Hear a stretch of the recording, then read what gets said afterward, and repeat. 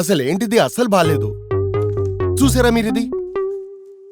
నాకీరోజు మీరీ విషయం తెలుసండి, మన ట్రాన్స్పోర్ట్ బిజినెస్ ప్రాఫిట్ ఎలా పెంచాలో. వర్మ గారు మీరందరికన్నా సీనియర్ కదా, ముందు మీరు చెప్పండి.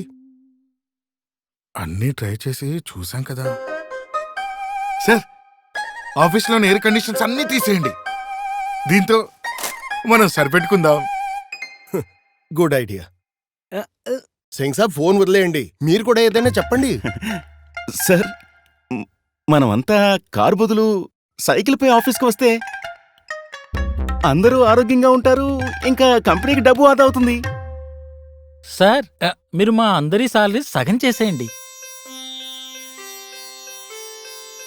ఏంటి, మనం మన కంపెనీ కోసం ఈ మాత్రం సాక్రిఫైస్ చేయలేమా? అరే గణేష్, ఏడిపించేలా ఉన్నావే.